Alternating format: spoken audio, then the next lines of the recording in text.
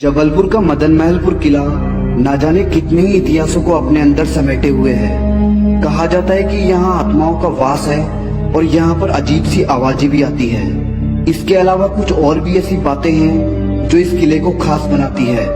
वो है यहाँ पे सोने की ईंटों का गढ़ा होना।